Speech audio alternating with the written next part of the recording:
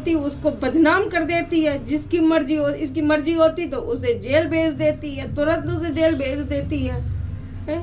मेरे ऊपर इसे रत्ती भर रहम नहीं आया। अरे मैंने इसकी माँ को गालियां दी थी, उसका मुझे पछतावा था, मैं आज दिन तक पछता रही थी, लेकिन इस लड़की के अंदर पछतावा नहीं था बिल्कुल भी।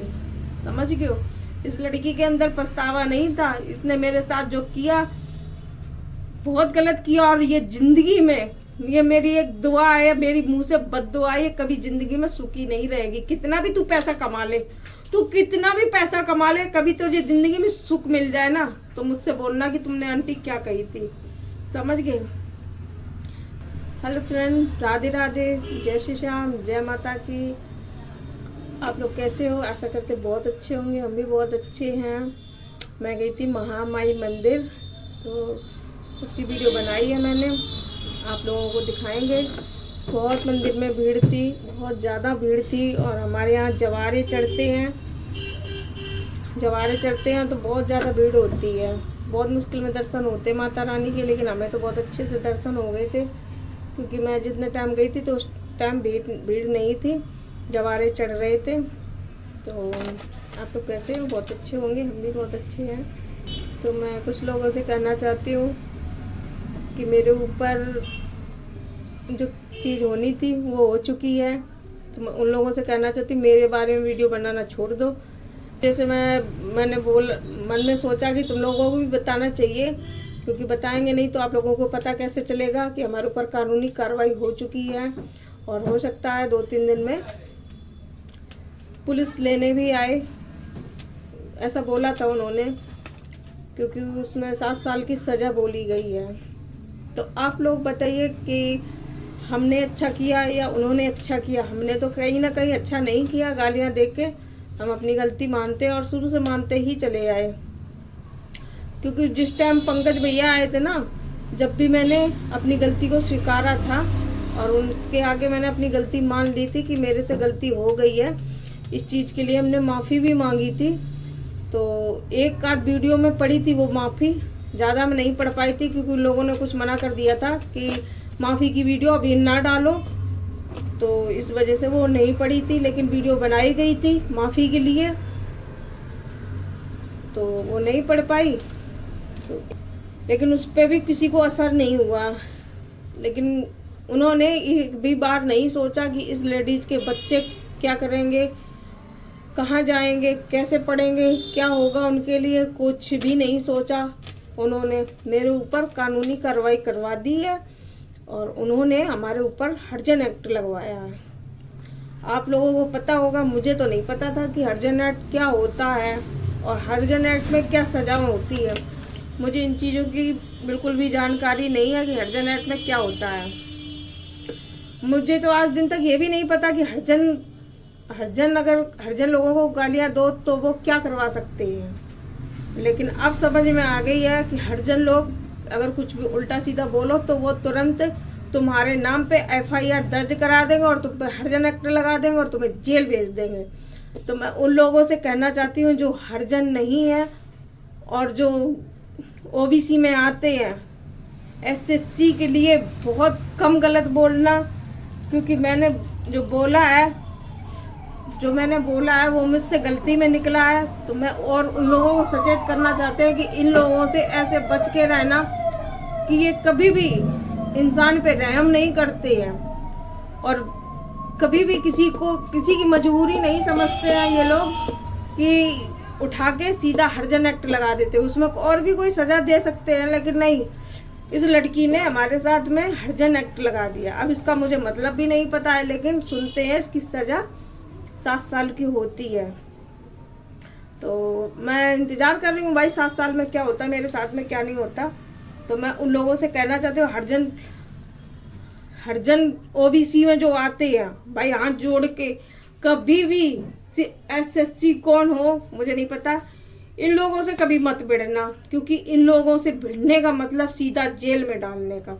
और आजकल के ज़माने में गालियाँ कौन नहीं देता।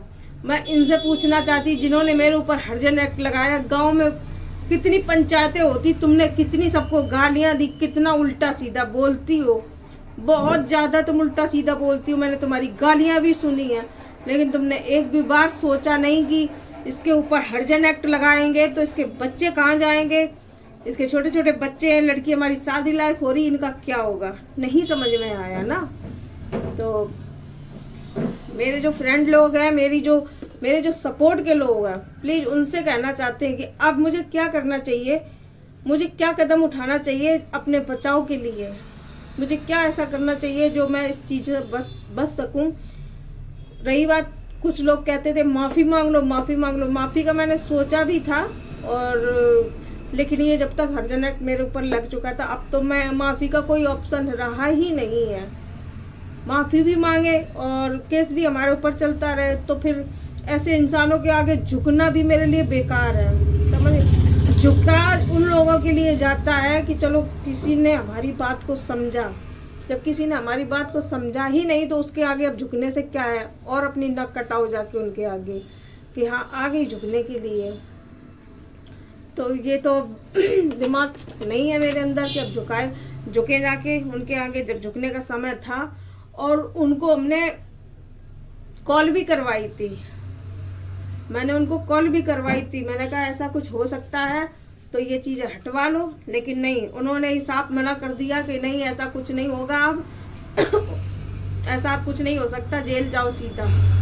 तो ये टेंशन मत लो कि मुझे जेल की टेंशन है, मुझे जेल की टेंशन बिल्कुल नहीं है, ना मुझे जेल की टेंशन, सिर्फ मुझे अपने बच्चों की टेंशन है कि मेरे पीछे मेरे बच्चों का क्या हाल होगा।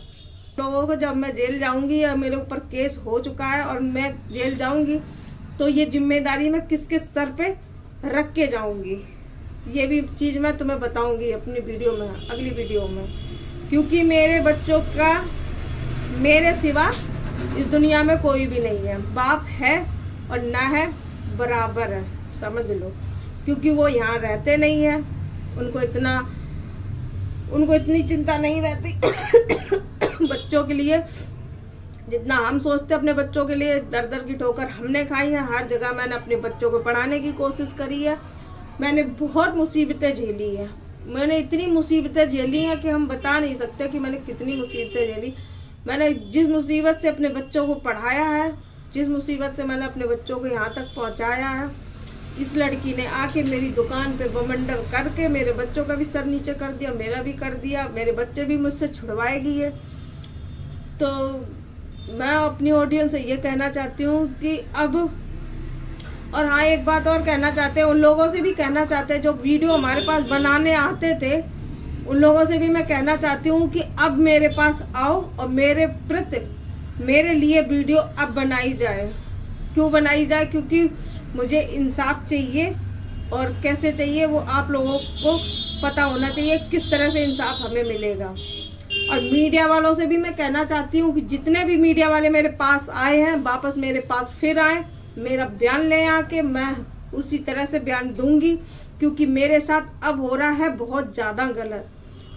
मैंने किसी को नहीं बुलाया था मेरी दुकान पे, आके मेरी दुकान पे भमंडर किया, उल्टा सीधा मुझे बोला, तोड़ फोड़ मेरी करी दुकान की, जो कुछ भी किया उल्टा सीधा मेरे साथ किया इन्होंने। अभी इन्होंने मेरे ऊपर केस भी कर दिया है। अब दुनिया वाले ये कह रहे हैं कि बहुत अच्छी है शिवानी। पास पड़ोस में हमारे यहाँ भी कुछ बहुत लोग ये कहते थे कि शिवानी आई तो तुम थोड़ा उचक गई हो, अब तुम अच्छी अच्छी वीडियो बनाओ, क्या पता तुम्हारे भगवान ने इसे भेजा हो, समझिए। लेकिन मेरे भगवान ने नहीं भेजा था, ये अपने आप चल के आई थी मेरी जिंदगी बर्बाद करने के लिए, मेरी ज़िंदगी बर्बाद करने के लिए, मेरी बच्चों की ज़िंदगी बर्बाद करने के लिए, मेरे बच्चों का भविष्य बर्बाद करने के लिए, समझ रही हो।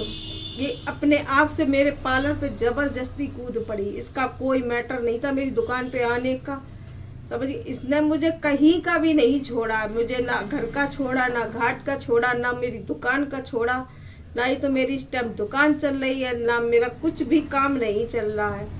और आप लोग मुझे कहते हो कि बहुत अच्छा किया, मैंने 1-2 कमेंट भी पढ़े थे कि बहुत अच्छा किया है। अच्छा किया है ये तो वही जानता है कि जिसकी रोजी रोटी छीनती है। जैसे रानी की रोजी रोटी छीनी थी इसने, लड़की ने, पूनम की रोजी रोटी छीनी है, किसी ने भी छीनी और गलत किया है। मैं उसके लिए गवाह नहीं बनूंगी कि हाँ उन्होंने अच्छा किया। रानी के साथ भी गलत हुआ, पूनम के साथ भी गलत हुआ, और मेरे साथ तो बहुत ज़्यादा ही गलत हुआ है, समझ गए हो, मेरे लिए बहुत ज़्यादा गलत हुआ। तो मैं लोगों से कहना चाहती हूँ कि जो मेरे सपोर्ट में है और मेरे सपोर्ट में है मेरी ऑडियंस जो मुझे चाहती है, मेरा प्लीज़ सपोर्ट करें और मेरे पास आएँ और अब वीडियो बनाएं, क्योंकि मुझे तो कोई लाभ है ही नहीं, ना तो इस चैनल से मुझे कोई लाभ है, ना उस चैनल से कोई मुझे लाभ है। क्योंकि जितना भी और दूसरों लोगों को फायदा हो ना, उससे हमें नहीं, कुछ गरीबों की हमें दुआ जरूर लगेगी, ठीक है। तो मैं उन लोगों से कहना चाहती, जितने लोग मेरे पास आते थे वीडियो बनाने के लिए, अब दोबारा आ सकते हैं, क्योंकि अब कोई डरने वाली बात है नहीं है। जो केस होना था वो हो चुका है मेरे ऊपर, जो हर्जन नेट लगनी थी वो लग चुकी है। अब तुम लोग जी भर के वीडियो बनाओ, बस मेरा यही लोगों से कहना है कि अब जी भर के वीडियो बनाओ। अब इन्होंने हमारी बदनामी की है, हमारी दुकान की बदनामी की है, तो इनको इस तरह से इनकी वीडियो बना के इन्हें वायरल किया जाए कि एक पार्लर वाली के लिए इन्होंने कितना गलत किया है। और एक बार नहीं, 2 बार नहीं, 3 4 बार मेरे साथ इन्होंने गलत किया है। मैं इस बात को भूलूंगी नहीं जिंदगी भर।